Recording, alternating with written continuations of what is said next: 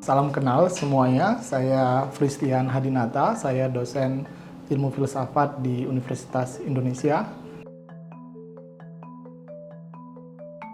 Awalnya konsumerisme itu adalah suatu hal yang tumbuh di era revolusi industri karena meningkatnya permintaan akan barang dan jasa pada era itu. Jadi konsumerisme itu mempunyai makna positif awalnya, yaitu hak dari konsumen untuk mendapatkan informasi lengkap atas barang dari produsen.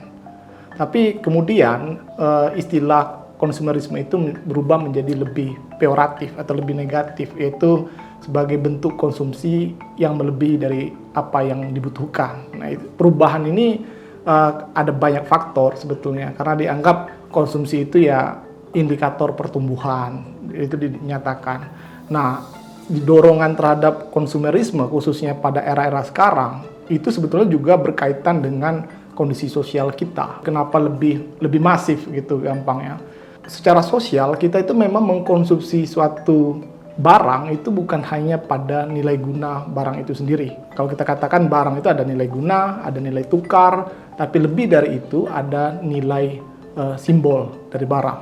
Nah, persoalannya itu adalah pada nilai simbol ini. Jadi konsumerisme itu bisa tumbuh dengan sangat masif di era sekarang ini karena kita mengkonsumsi simbol yang diberikan dari suatu barang itu, dan itu dikembangkan juga dengan periklanan dan segala macamnya. Jadi itu yang membuat konsumerisme menjadi suatu fenomena. Jadi kalau hanya sebatas nilai guna dan nilai tukar barang itu ya tidak akan terjadi yang namanya konsumerisme sebagai suatu paham, tetapi ada nilai simbol yang dipertukarkan. Jadi kalau kita mengkonsumsi barang, kita sekaligus mengkonsumsi simbolnya. Nah, konsumsi itu juga menunjukkan suatu kelas tertentu gitu.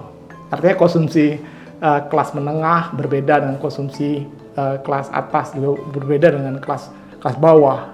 Jadi untuk menciptakan suatu gaya hidup tertentu.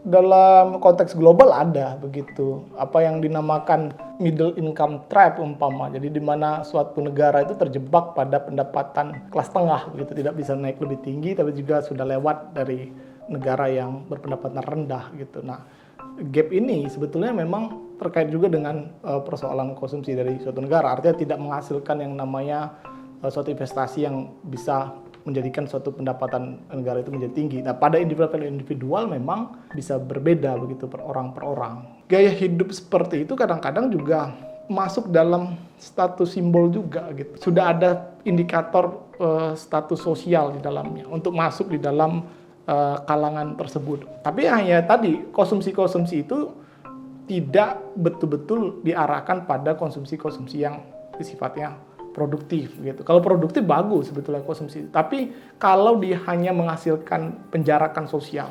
Contoh begini maksud saya itu.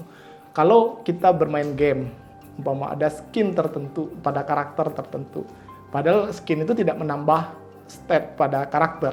Artinya tidak menambah apa-apa. Cuma beda saja dia pakaiannya dengan karakter yang dimiliki orang secara umum, tapi mesti berbayar. Nah, tetapi kenapa kita mau membayar itu?